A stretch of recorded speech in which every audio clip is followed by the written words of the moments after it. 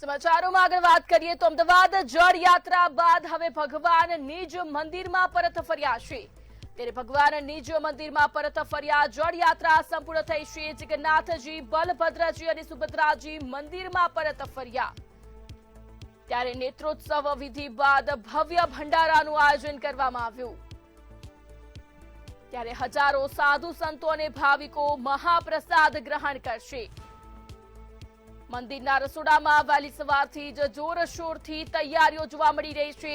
ત્યારે હજારો ભક્તો પ્રસાદનો લાભ લેશે, સાથે જ સાધુ સંતો પણ લાભ લેશે। 7,000 લીટર દૂધ પાક, 4,000 લીટર કઢી સહિત પ્રસાદ તૈયાર કરાયો।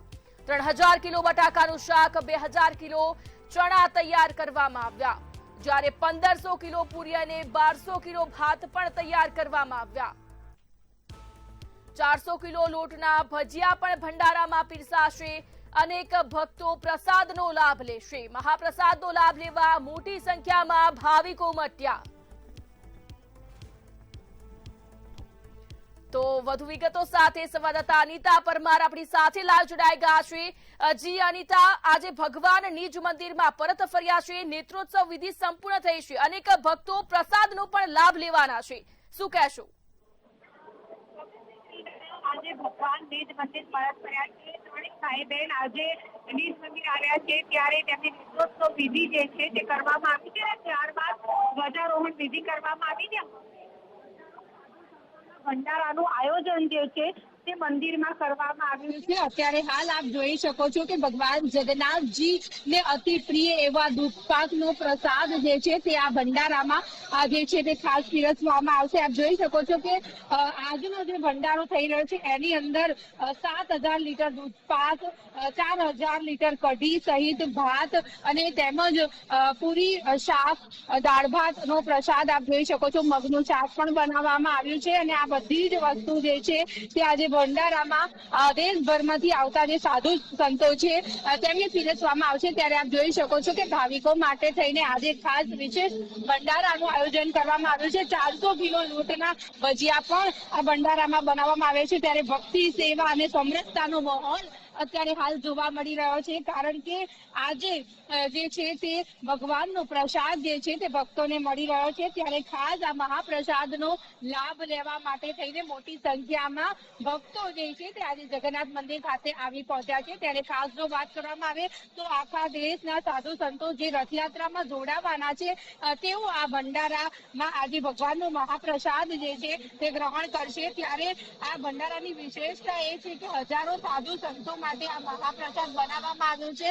તેમાં 7,000 લીટર દૂધપાક જે ભગવાનને ખૂબ જ પ્રિય છે અને માલપુઆનો પ્રસાદ, કારણ કે ભગવાન જગન્નાથજીને અતિ પ્રિય એવા માલપુઆ જે છે તે પણ આ ભંડારામાં જે છે તે મહાપ્રસાદ સ્વરૂપે આપવામાં આવ્યા છે। એવું કહેવાય છે કે ભગવાન જગન્નાથજી છે તેમને દરરોજ માલપુઆ અને દૂધપાકનો ભોગ ચડતો હોય છે। ત્યારે આજે ભગવાન જ્યારે નિજ મંદિર પરત ફર્યા છે ત્યારે આ વિશેષ ભંડારાનું આયોજન જે છે તે કરવામાં આવ્યું છે।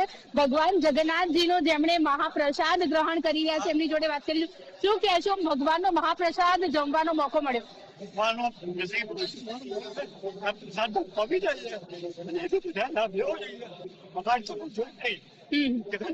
શું કહેશો, ભગવાનનો મહાપ્રસાદ તમને આજે? મહાપ્રસાદ એવો છે કે અમે અખાડો બી ખાતા હોઈએ છે અને ભંડારામાં જે અલગ સ્વાદ હોય છે તો બીજા ક્યાંનો સ્વાદ હોતો નથી ને જગન્નાથ ભગવાનની આમાં અસન કૃપા વસેલી છે।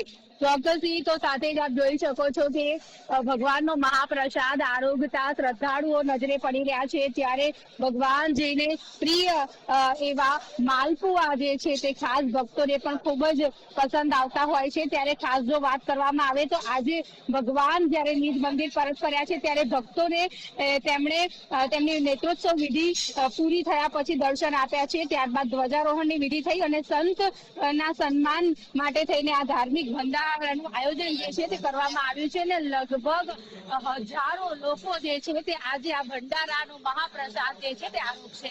જી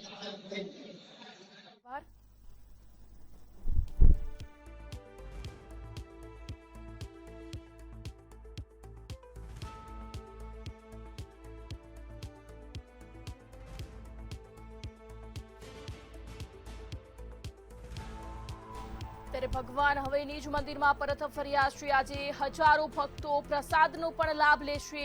ત્યારે 1500 કિલો પૂરી અને 1200 કિલો ભાત પણ તૈયાર કરવામાં આવ્યા। અનેક ભક્તો આજે પ્રસાદનો લાભ લેશે। 400 કિલો લોટના ભજીયા પણ ભંડારામાં પીરસાશે।